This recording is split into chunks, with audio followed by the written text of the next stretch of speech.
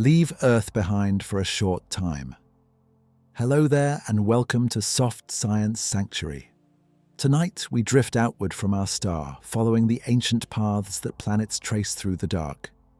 From the blazing heart of the sun to the frozen edges where light grows faint, we'll wander together through the architecture of our solar system.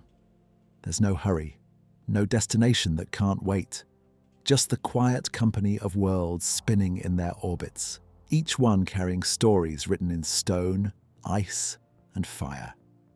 If you find peace in these slow journeys through space, consider liking and subscribing or share a thought in the comments below. It helps others find their way here too. One curious soul at a time. But for now, just settle in. Let the day fall away, and let yourself drift outward with me, past familiar worlds and into the vastness that holds them all. Let's begin. The sun is not solid.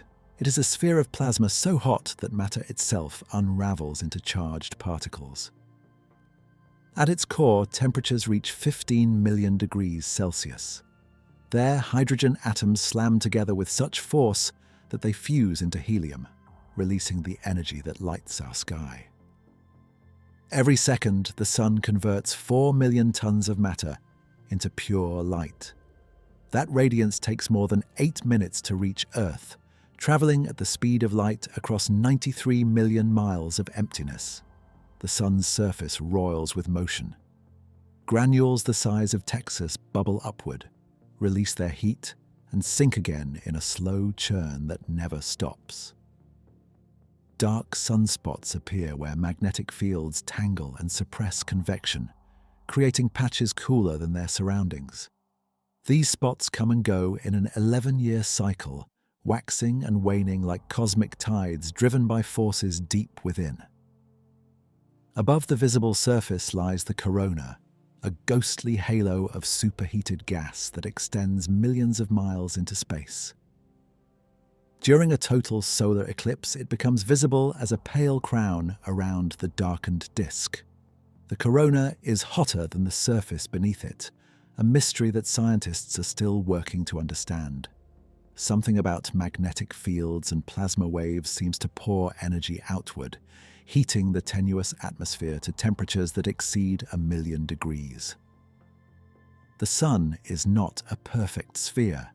It bulges slightly at the equator because it spins, completing one rotation every 25 days at its middle and slower near its poles. This differential rotation twists magnetic field lines into loops and arcs that erupt as solar flares and coronal mass ejections. When these storms reach Earth, they paint auroras across polar skies and remind us that our star is restless, alive with energy that pulses outward in all directions. The light we see today began its journey at the sun's core, hundreds of thousands of years ago. Photons bounce and scatter through dense layers, zigzagging outward in a slow, random walk, before finally breaking free into space.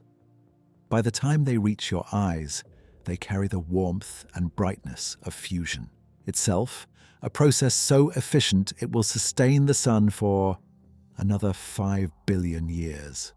The sun holds more than 99% of all the mass in the solar system.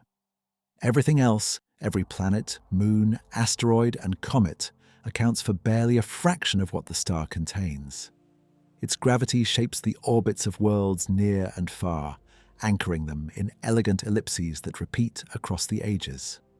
Without it, there would be no orbits, no seasons, no life as we know it. The sun is both anchor and engine, the quiet center around which everything turns. Deep within, layers of plasma rotate at different speeds, generating a vast magnetic dynamo. This internal engine drives the solar cycle, flipping the sun's magnetic poles every 11 years. During solar maximum, sunspots multiply and flares erupt more frequently. During solar minimum, the surface grows calm, though never truly still. The cycle has repeated for as long as the sun has burned, a rhythm older than continents. The Sun will not burn forever. In about 5 billion years, it will exhaust the hydrogen in its core and begin fusing helium instead. Its outer layers will expand, swallowing Mercury and Venus, possibly reaching as far as Earth. For a time, it will shine as a red giant, brilliant and bloated, before shedding its outer envelope and collapsing into a white dwarf. What remains will glow faintly for trillions of years, a cooling ember of what once was a star. For now, the Sun is in its middle age, stable and steady. It has illuminated Earth for more than 4 billion years, and it will continue to do so for billions more. Every sunrise is a reminder of the nuclear fire that sustains us, a star that gives without asking, burning in silence at the center of our small corner of the universe. Mercury is the smallest planet and the closest to the Sun. It orbits at a distance where sunlight is 7 times more intense than on Earth. Temperatures on its dayside soar to 430 degrees Celsius, hot enough to melt lead. Yet at night, without an atmosphere to trap heat, the surface plunges to minus 180 degrees. No other planet experiences such extreme temperature swings. The surface is scarred with craters, ancient impact wounds that have remained unchanged for billions of years. The largest Caloris basin spans nearly 1,000 miles across, formed when an asteroid slammed into Mercury early in its history.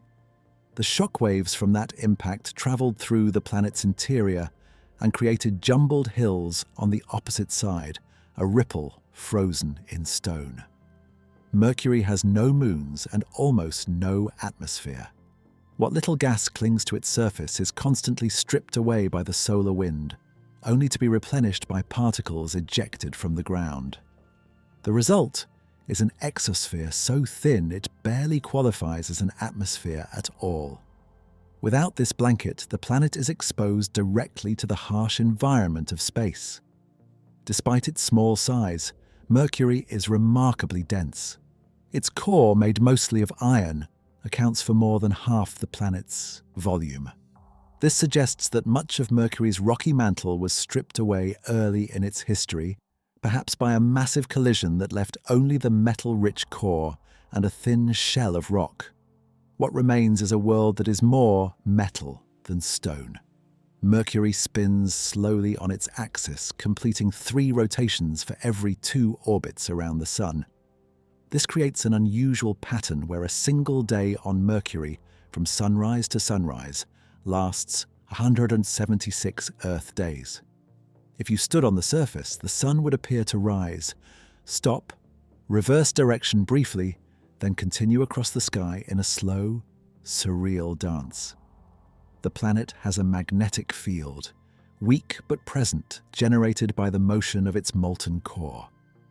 This field creates a magnetosphere that deflects some of the solar wind, carving out a small protective bubble around the planet. Even so, Mercury remains one of the most radiation-battered worlds in the solar system. Water ice has been found in permanently shadowed craters near Mercury's poles. Despite the searing heat elsewhere, these regions never see sunlight and remain cold enough to preserve ice for billions of years. The ice may have been delivered by comets or formed from hydrogen atoms in the solar wind, combining with oxygen in Mercury's rocks. Mercury is a world of extremes, a planet of fire and ice, where the Sun dominates and atmospheres cannot survive. It is the first stepping stone in our journey outward, a reminder of how harsh and unforgiving space can be so close to a star. Venus is Earth's twin in size, but nothing else. Beneath its thick clouds lies a world more hostile than any other in the solar system. Surface temperatures average 465 degrees Celsius, hot enough to melt zinc and far hotter than Mercury, despite being farther from the Sun. The reason is a runaway greenhouse effect. Venus's atmosphere, made almost entirely of carbon dioxide, traps heat so effectively that the surface glows faintly in the infrared. The atmospheric pressure on Venus is 92 times that of Earth, equivalent to being a kilometer underwater. Walking on its surface would feel like wading through an ocean of gas. The air is thick, heavy, and suffocating, and it contains clouds of sulfuric acid that drift at high altitudes, reflecting most of the sunlight that reaches the planet and giving Venus its bright appearance in our sky. Venus rotates slowly in the opposite direction from most planets. One day on Venus lasts 243 Earth days, longer than its year, which is only 225 Earth days. This means the sun rises in the west and sets in the east, though you would never see it through the impenetrable cloud cover. The slow retrograde spin may be the result of a massive impact early in the planet's history or the gravitational influence of the sun acting on its thick atmosphere over billions of years. The surface of Venus is relatively young, only about 500 million years old. At some point in its past, volcanic activity resurfaced the entire planet, erasing older craters and creating vast plains of solidified lava. Thousands of volcanoes dot the landscape, some of which may still be active today. Radar images reveal massive shield volcanoes, lava channels stretching for hundreds of miles, and strange circular features called coronae, formed when plumes of hot material rise from deep within. Venus has no moons and no magnetic field. Without a magnetosphere, the solar wind interacts directly with the upper atmosphere, stripping away particles over time. This slow erosion may have contributed to the loss of any water Venus once had. Some scientists believe Venus may have been habitable in its distant past, with liquid water oceans that evaporated as the planet heated and the greenhouse effect spiraled out of control. Lightning flickers constantly in the clouds of Venus, perhaps more frequently than on Earth. The exact mechanism is uncertain, but the thick atmosphere and volcanic activity may both play roles in generating electrical storms.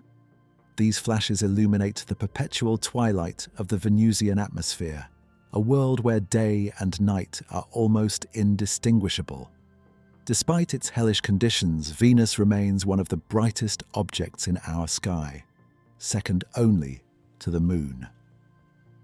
Ancient astronomers called it the morning star and the evening star, not realizing they were the same object.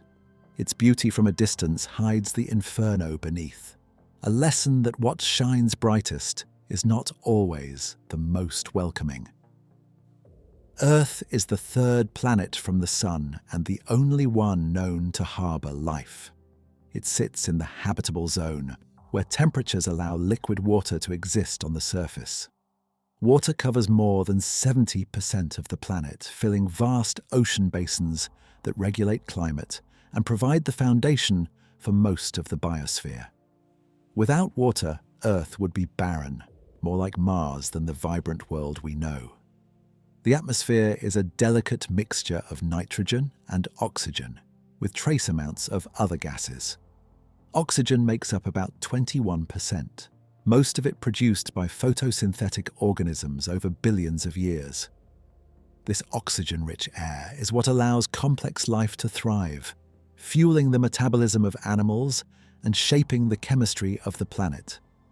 The atmosphere also protects the surface from harmful ultraviolet radiation and from most meteorites, which burn up before reaching the ground. Earth's magnetic field, generated by the motion of molten iron in its outer core, extends far into space, creating a protective bubble called the magnetosphere. This shield deflects the solar wind and traps charged particles in radiation belts called the Van Allen belts. Without the magnetic field, the atmosphere would be slowly stripped away, as happened on Mars. The field also produces auroras, glowing curtains of light that appear near the poles when solar particles interact with the upper atmosphere. The surface is constantly changing, driven by plate tectonics. Earth's crust is broken into large plates that drift over the mantle, colliding, separating, and sliding past one another. These movements create mountains, trigger earthquakes, and form ocean basins. Volcanoes release gases from the interior, replenishing the atmosphere and shaping the landscape. This dynamic geology is unique among the rocky planets and plays a crucial role in regulating the climate over long timescales. Earth has one large moon which stabilizes its axial tilt and creates tides that stir the oceans. The moon formed about 4.5 billion years ago, likely from debris ejected when a Mars-sized body collided with the early Earth. Its presence has shaped the evolution of life, influencing tidal patterns, and perhaps even the development of complex organisms in coastal environments. Life on Earth is astonishingly diverse, inhabiting every environment from deep ocean trenches to the upper atmosphere. Microbes thrive in boiling hot springs and frozen Antarctic ice. Plants cover the land and fill the seas with oxygen. Animals have evolved countless forms, from microscopic plankton to the largest whales. This abundance of life is both a product of Earth's favorable conditions and a force that has transformed the planet itself. The climate is regulated by a complex interplay of factors, including the amount of sunlight received, the composition of the atmosphere, ocean currents, and the distribution of land and sea. Ice ages come and go, driven by subtle changes in Earth's orbit. Human activity is now influencing the climate as well, adding carbon dioxide to the atmosphere faster than natural processes can remove it. The future of Earth's climate depends on choices being made today. From space, Earth appears as a pale blue dot, a fragile oasis suspended in the vastness of space. It is the only home we have ever known, a world of water, air, and life, turning quietly in its orbit around the Sun. The Moon is Earth's only natural satellite, a companion that has circled our planet for more than 4 billion years. It is large relative to Earth, about a quarter the diameter, making it more of a double planet system than a typical moon. Its surface is covered in ancient craters, vast plains of solidified lava called maria, and highlands that have remained unchanged for eons. The Moon has no atmosphere and no liquid water on its surface. Without air to scatter light, the sky is always black, even during the day. Temperatures swing wildly from 127 degrees Celsius in sunlight to minus 173 degrees in shadow. Dust covers the surface, ground to a fine powder by billions of years of meteorite impacts. This dust clings to everything and posed challenges for the Apollo astronauts who walked there. The same side of the Moon always faces Earth, a phenomenon called tidal locking. Over time, Earth's gravity has slowed the Moon's rotation until it matches its orbital period. The far side, never visible from Earth, remained a mystery until spacecraft photographed it in the 1960s. It looks different from the near side, with fewer dark maria and more heavily cratered highlands, possibly because the crust is thicker there. The Moon is slowly drifting away from Earth at a rate of about 3.8 centimeters per year. As it recedes, Earth's rotation is gradually slowing, lengthening our days by a tiny fraction each century. Billions of years from now, the Earth and Moon will become tidally locked to each other, each keeping the same face pointed toward the other. In permanently shadowed craters near the poles, water ice has been detected. These regions never see sunlight and remain cold enough to preserve ice for billions of years. Future missions may mine this ice for drinking water and rocket fuel, making the Moon a stepping stone for deeper space exploration. The Moon has been visited by humans only briefly.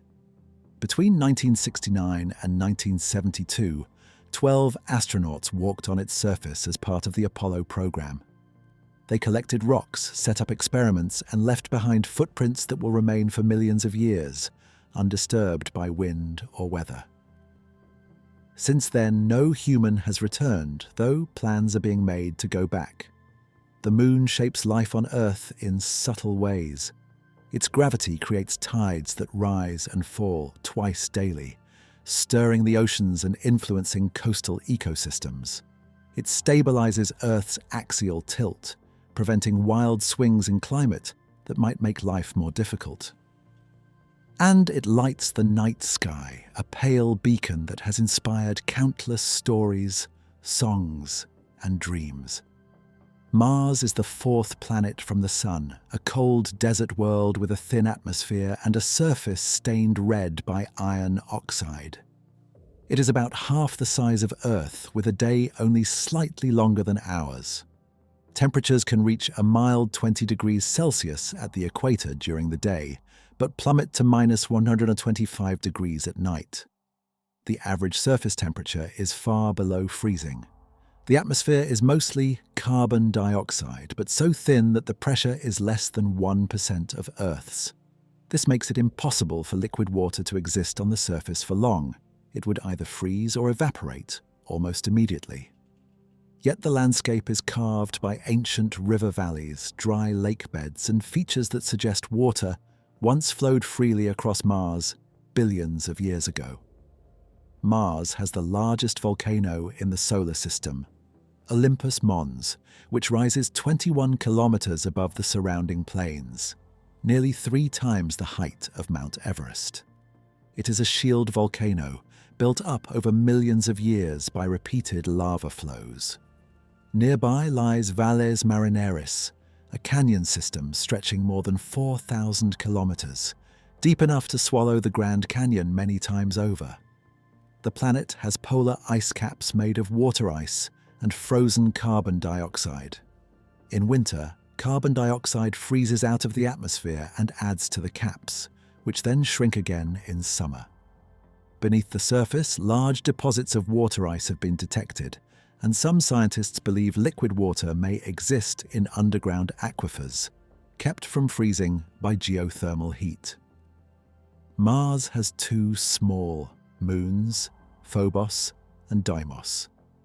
Both are irregularly shaped and heavily cratered, likely captured asteroids rather than moons that formed alongside the planet.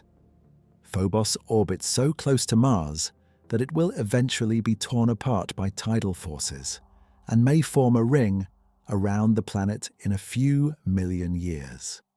Dust storms occasionally engulf the entire planet, driven by seasonal temperature changes. These storms can last for months, obscuring the surface and creating a global haze. The thin atmosphere allows winds to reach high speeds, though the low density means they exert far less force than similar winds on Earth.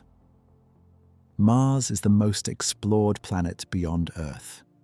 Rovers have traversed its surface, drilling into rocks and analyzing soil.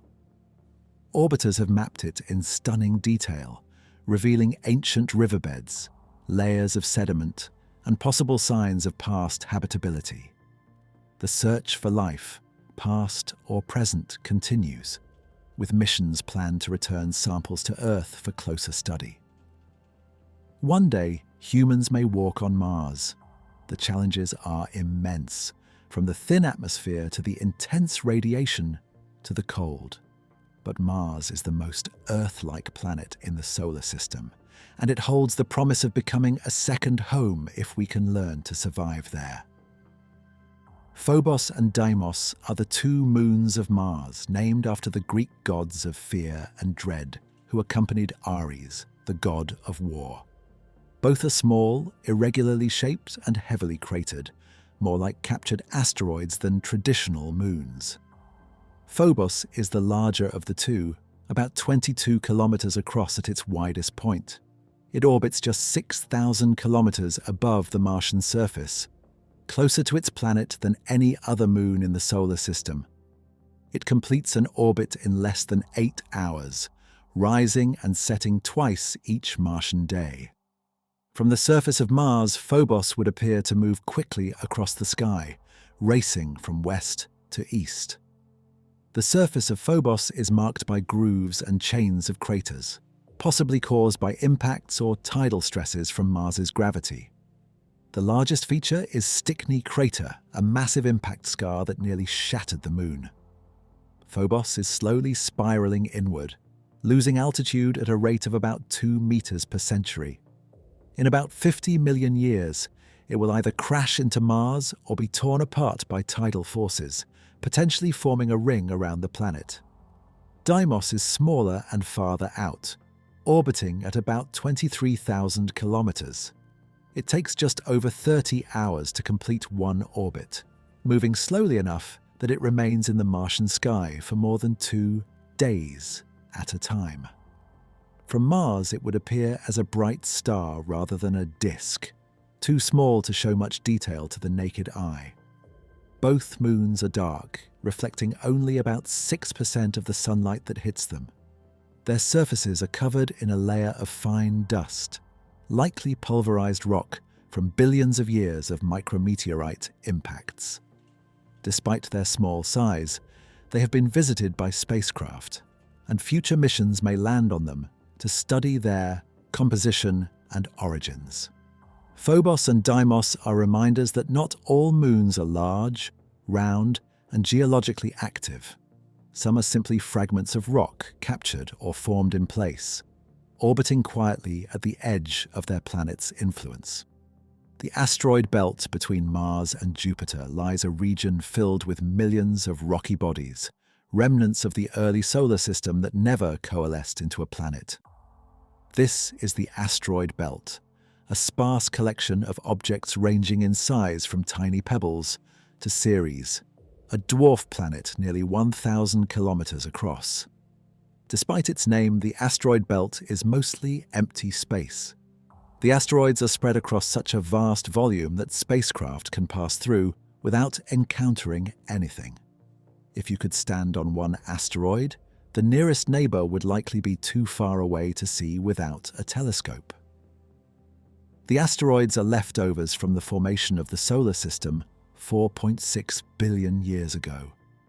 When the planets were forming, Jupiter's immense gravity stirred the region, preventing the material from clumping together into a single, large body. Instead, the asteroids remain scattered, colliding occasionally and fragmenting into smaller pieces. Most asteroids are irregularly shaped, lacking the mass needed to pull themselves into spheres. They tumble through space, rotating at varying rates, some spinning once every few hours, others taking days or weeks. Their surfaces are battered by impacts, covered in craters and dust. Asteroids are classified by their composition. Some are rocky, made of silicate minerals. Others are metallic, rich in iron and nickel, possibly fragments of the cores of larger bodies that were shattered by collisions. Still others are carbonaceous, dark and rich in organic compounds, primitive relics that have changed little since the solar system formed. Ceres is the largest object in the asteroid belt and the only one massive enough to be rounded by its own gravity. It has been classified as a dwarf planet, a world in its own right. Beneath its icy crust, Ceres may harbor a subsurface ocean, kept liquid by heat from radioactive decay. Bright spots on its surface, likely deposits of salt left behind when water evaporated, suggest recent geological activity. Some asteroids have been visited by spacecraft. Images reveal rugged landscapes, fields of boulders, and fine dust that coats every surface. A few missions have even landed on asteroids, collected samples, and returned them to Earth for study. These samples provide clues about the early solar system and the building blocks that formed the planets. The asteroid belt is a frontier, a region between the inner rocky planets and the outer gas giants. It is a place of quiet motion, where objects drift in slow orbits, colliding occasionally, breaking apart and reforming over billions of years. Jupiter is the largest planet in the solar system, a gas giant more than 11 times the diameter of Earth. It contains more mass than all the other planets combined, Yet it is not quite massive enough to ignite fusion and become a star. It is made mostly of hydrogen and helium, the same materials that make up the Sun. The atmosphere is banded with swirling clouds of ammonia, water vapor, and other chemicals. These bands are driven by powerful winds that reach speeds of more than 600 kilometers per hour. The colors come from trace compounds and complex chemistry triggered by sunlight and lightning. Dark belts and bright zones alternate across the planet, creating a striking pattern visible even through small telescopes. The most famous feature is the Great Red Spot, a storm larger than Earth that has raged for at least 350 years, possibly much longer. It rotates counterclockwise, completing one turn every 6 days. The storm is slowly shrinking, though it remains one of the largest and longest-lived storms in the solar system. Winds at its edges reach 400 kilometers per hour. Jupiter has a strong magnetic field, the most powerful of any planet. It is generated by the motion of metallic hydrogen deep within the planet's interior, where pressure is so intense that hydrogen behaves like a liquid metal. The magnetosphere extends millions of kilometers into space, trapping charged particles and creating intense radiation belts that can damage spacecraft. Auroras dance at Jupiter's poles, powered by particles funneled along magnetic field lines. These auroras are far more intense than those on Earth, driven by energy from Jupiter's rotation and interactions with its moons. Jupiter has at least 95 known moons, ranging from tiny captured asteroids to 4 large satellites called the Galilean moons. These 4, Io, Europa, Ganymede, and Callisto, are worlds in their own right, each with unique characteristics. Jupiter also has a faint ring system discovered in 1979 by the Voyager spacecraft. The rings are made of dust, knocked off the inner moons by micrometeorite impacts.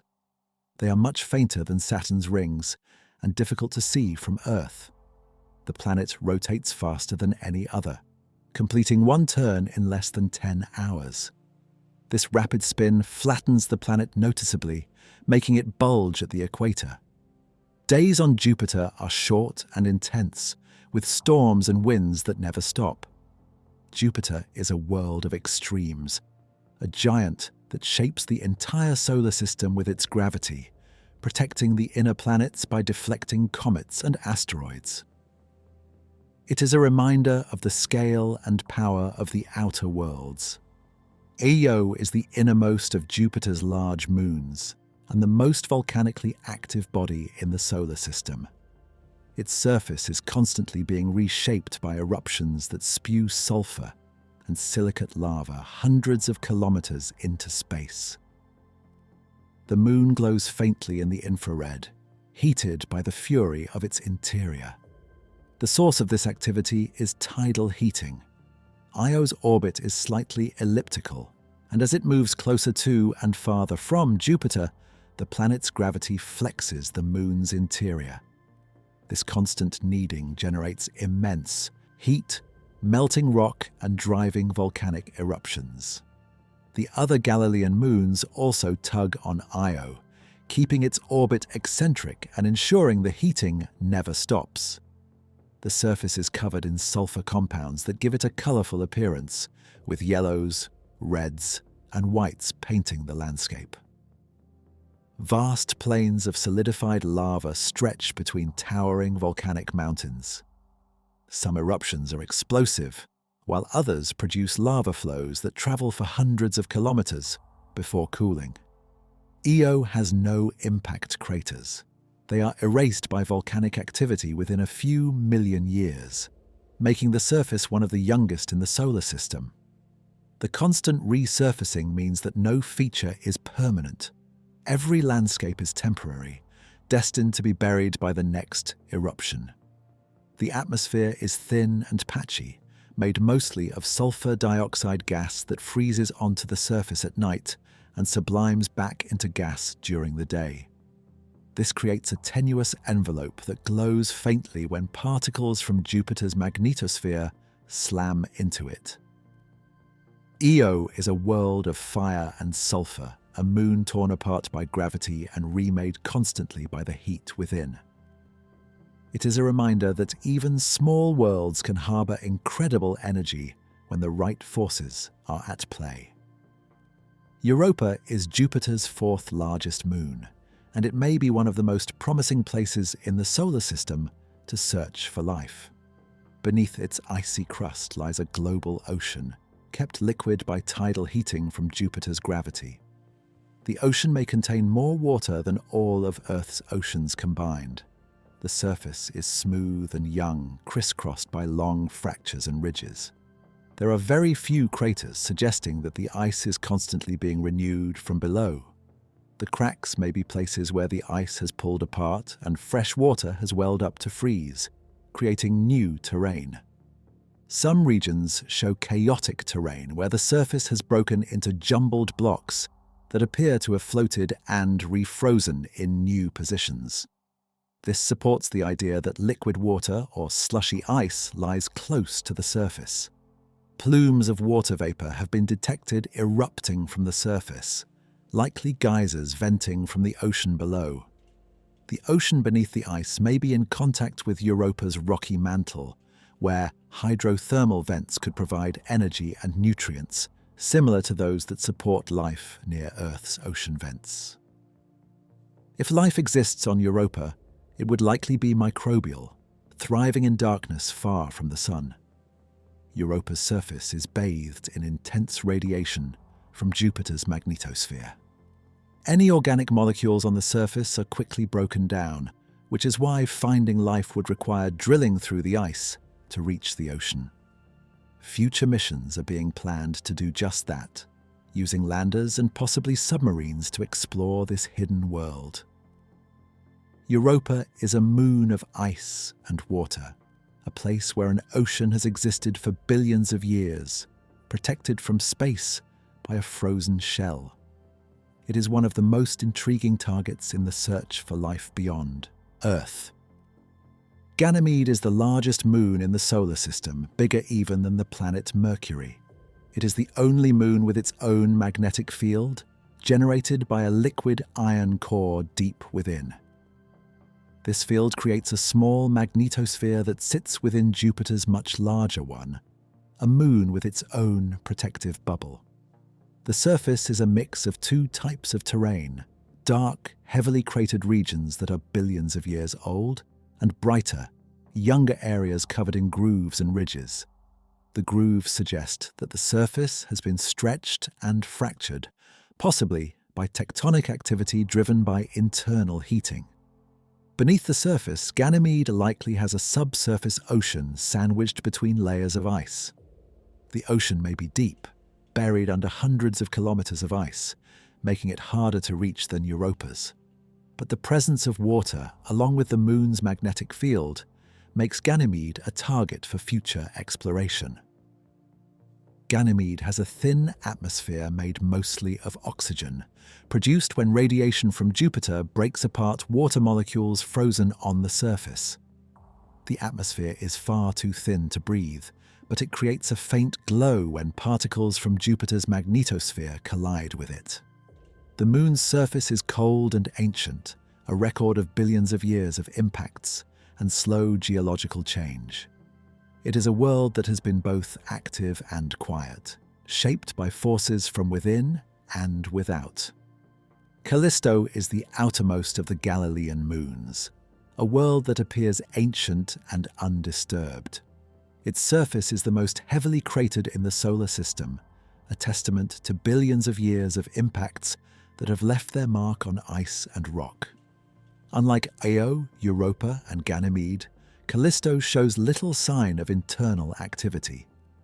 It has not been reshaped by volcanism or tectonics, and its interior has likely remained largely unchanged since it formed.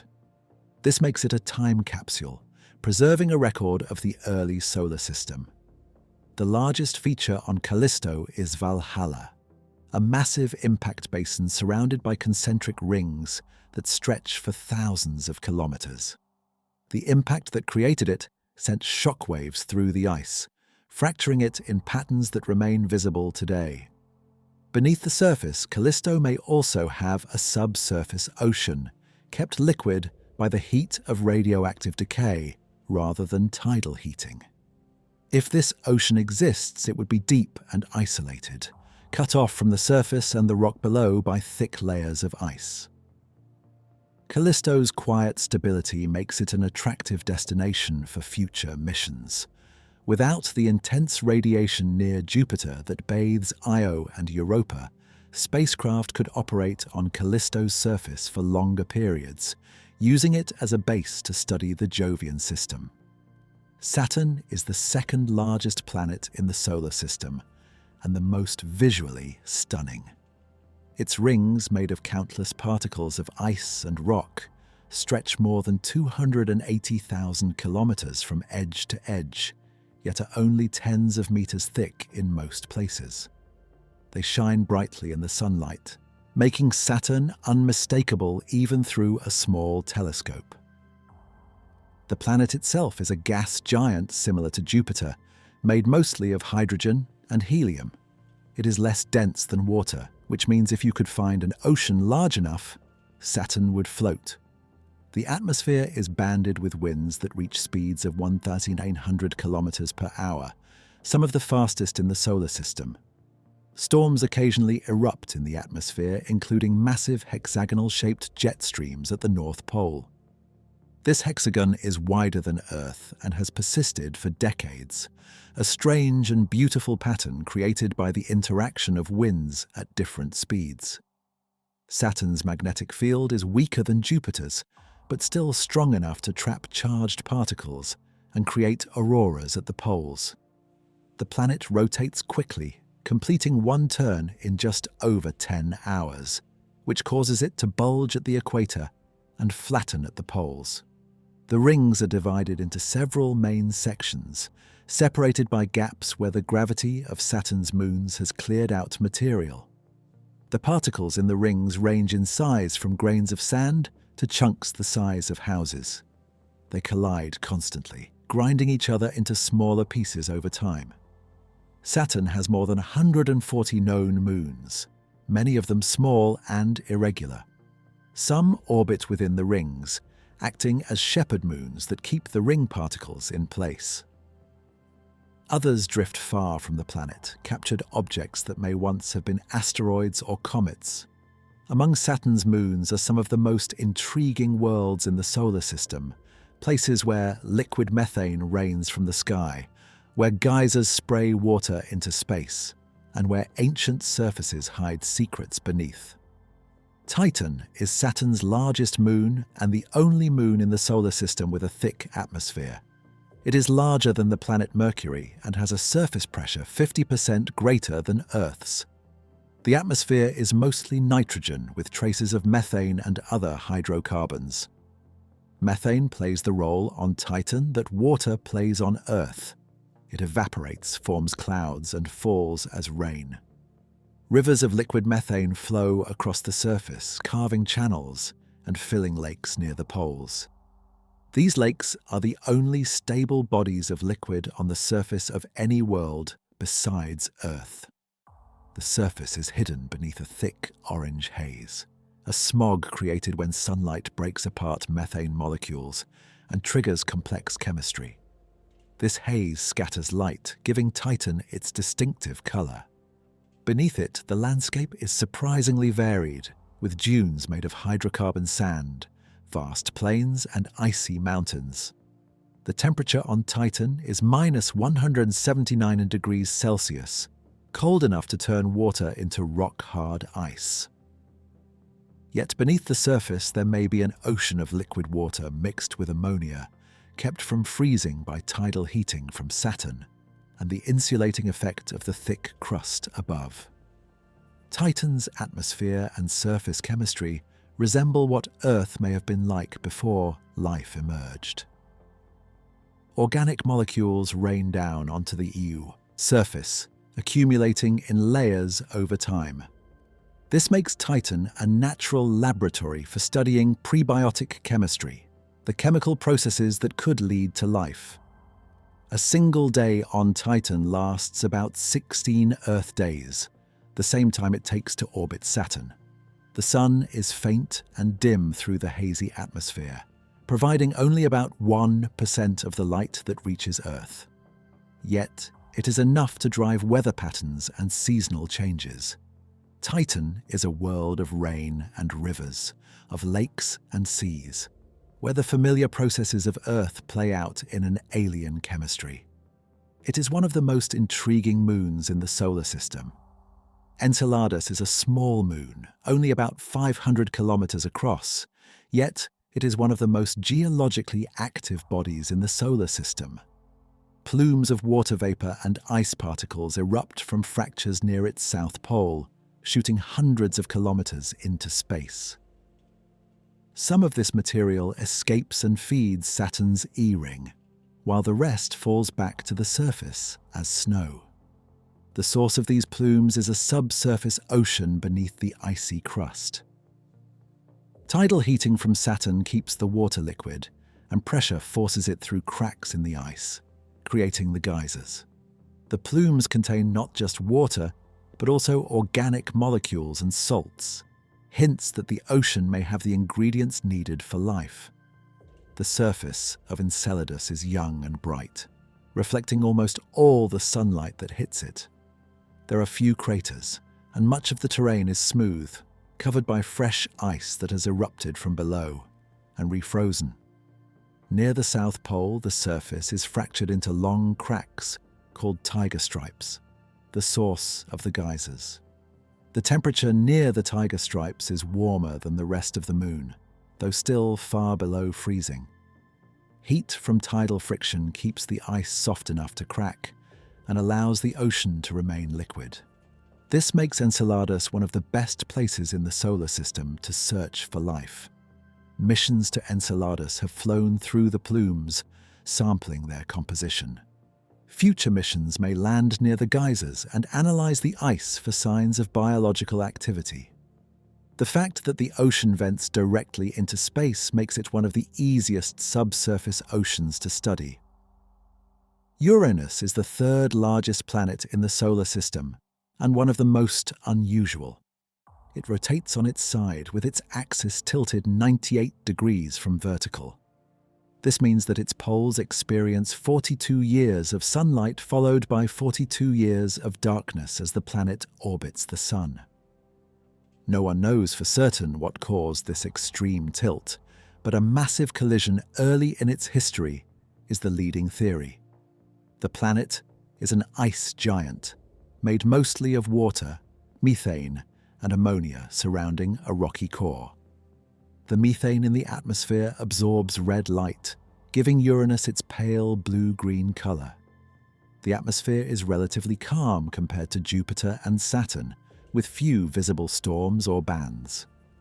Uranus has a magnetic field, but it is tilted 59 degrees from its rotation axis and offset from the center of the planet. This creates a lopsided magnetosphere that wobbles as the planet spins. The field may be generated by electrically conductive ices in the mantle, rather than a metallic core. The planet has faint rings discovered in 1977. The rings are dark and narrow, made of particles that may be debris from shattered moons. They are difficult to see and were unknown until they briefly blocked the light from a distant star. Uranus has 27 known moons, most of them named after characters from the works of William Shakespeare and Alexander Pope. The largest, Titania and Oberon, are heavily cratered and show signs of past geological activity. Smaller moons orbit closer to the planet, some acting as shepherd moons for the rings. Uranus is cold and distant, its pale disk barely visible to the naked eye. It takes 84 years to complete one orbit around the Sun, and a single day lasts about 17 hours. It is a world of ice and darkness, tilted and spinning through the outer reaches of the solar system. Neptune is the farthest planet from the Sun, a deep blue world of fierce winds and massive storms. It is similar in size and composition to Uranus, an ice giant made mostly of water, methane, and ammonia. The methane in its atmosphere gives it a rich blue color, deeper and more vibrant than Uranus. Despite being so far from the Sun, Neptune has the fastest winds in the solar system, reaching speeds of more than 2,000 kilometers per hour. These winds drive massive storms, including the Great Dark Spot, a storm system similar to Jupiter's Great Red Spot. The Great Dark Spot was observed by Voyager 2 in 1989, but had disappeared by the time the Hubble Space Telescope looked again a few years later. Neptune radiates more heat than it receives from the Sun, suggesting an internal heat source. This warmth may come from the slow contraction of the planet's interior, releasing gravitational energy that drives the powerful weather systems. The planet has a magnetic field similar to Uranus, tilted and offset from the center. The field is generated by the motion of electrically conductive ices in the mantle. This creates a complex and dynamic magnetosphere that interacts with the solar wind. Neptune has 14 known moons. The largest, Triton, is one of the most unusual moons in the solar system. It orbits in the opposite direction from Neptune's rotation, suggesting it was captured from the Kuiper Belt. Triton is geologically active, with geysers that erupt nitrogen gas and create dark streaks on its icy surface. Neptune also has faint rings, made of dark material that may be organic compounds altered by radiation. The rings are clumpy and uneven, shaped by the gravity of small moons that orbit nearby. Neptune is a world of deep blue and raging storms, a giant at the edge of the known planets. It takes 165 years to complete one orbit around the Sun, and a single day lasts about 16 hours. It is the last stop before we leave the realm of the planets and drift into the darkness beyond. The Kuiper Belt. Beyond Neptune lies a vast region of icy bodies called the Kuiper Belt. It is similar to the asteroid belt, but much larger and farther from the Sun. The objects here are made mostly of frozen water, methane and ammonia, remnants from the formation of the solar system that never coalesced into planets. Tens of thousands of these objects have been discovered, ranging in size from small chunks of ice to dwarf planets hundreds of kilometers across. The largest known Kuiper Belt object is Pluto, which was reclassified as a dwarf planet in 2006. Other large objects include Haumea, Makemake, and Eris, each with unique characteristics. Pluto has 5 known moons, the largest of which, Charon, is so big that the two bodies orbit a common center of mass between them. Pluto's surface is surprisingly varied, with mountains of water ice, plains of frozen nitrogen, and a large heart-shaped region that may be geologically active. The Kuiper Belt is the source of short-period comets, objects that swing close to the Sun and then return to the outer solar system. When these comets approach the Sun, the ice on their surfaces sublimates, creating the glowing tails that make them visible from Earth. This region is a frontier, a cold and distant realm where sunlight is faint and temperatures hover just above absolute zero. Spacecraft have visited only a few of these worlds, and much remains unknown. The Kuiper Belt is a reminder that the solar system is far larger than the planets alone. The Oort cloud. Far beyond the Kuiper Belt, at the very edge of the Sun's gravitational influence, lies the Oort cloud. This is a vast spherical shell of icy objects that surrounds the solar system, extending halfway to the nearest star. It is the source of long-period comets, objects that take thousands or even millions of years to complete a single orbit around the Sun. The Oort cloud has never been directly observed. Its existence is inferred from the orbits of comets that originate from this region. These comets fall inward toward the Sun, their trajectories disturbed by the gravity of passing stars or the tidal forces of the Milky Way itself. The objects in the Oort cloud are thought to be pristine remnants of the solar system's formation, frozen and unchanged for billions of years. They are made of ice, rock, and organic compounds, the same building blocks that formed the planets. The Oort cloud marks the boundary of the Sun's influence. Beyond it, interstellar space begins. The Sun's gravity still reaches out, holding these distant objects in a loose embrace. But the distances are so vast that the Sun appears as little more than a bright star among many. Interstellar space. And now we drift beyond. Beyond the planets, beyond the moons, beyond the last icy fragments that circle the Sun. We leave the realm where the solar wind blows and enter interstellar space, the region between the stars. Here, the Sun is just one star among billions. Faint point of light that grows dimmer with every kilometer we travel. The darkness is profound, broken only by the distant glow of other stars, each one a sun of its own, perhaps with planets and moons circling them. Space is not empty. Thin clouds of gas and dust drift through the void, the raw material from which new stars and planets will one day form. Cosmic rays, particles accelerated to nearly the speed of light, streak through the darkness, relics of ancient supernovas. Time stretches differently here. The nearest star is more than 4 light-years away, a distance so vast that even traveling at the speed of light, it would take years to reach. No human-made object has traveled so far, though Voyager 1, launched in 1977, has crossed into interstellar space and continues to send back faint signals from the edge of the known. This is the frontier, the boundary between the familiar and the unknown. Out here, the solar system is a memory, a small island of warmth and light surrounded by an ocean of darkness. Yet even here among the stars, matter and energy follow the same laws. Gravity pulls, light travels, and time flows forward. We are part of this vastness.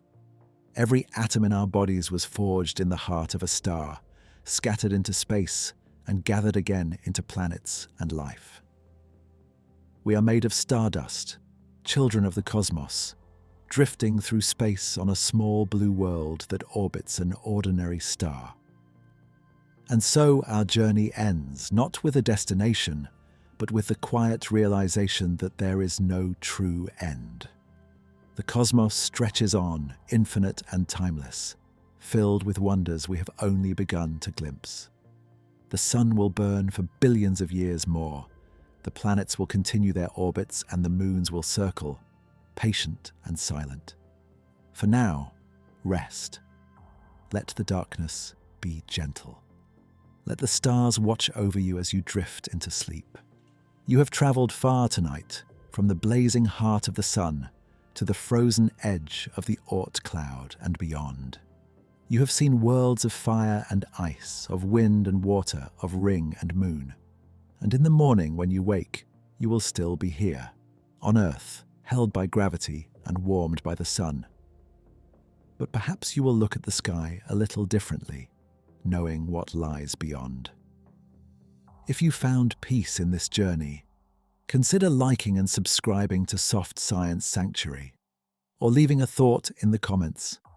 It helps others find their way here, one curious soul at a time. But, for now, just breathe. Let your thoughts settle like dust on a distant moon. Let the vastness hold you, and drift gently into the quiet of sleep. Good night.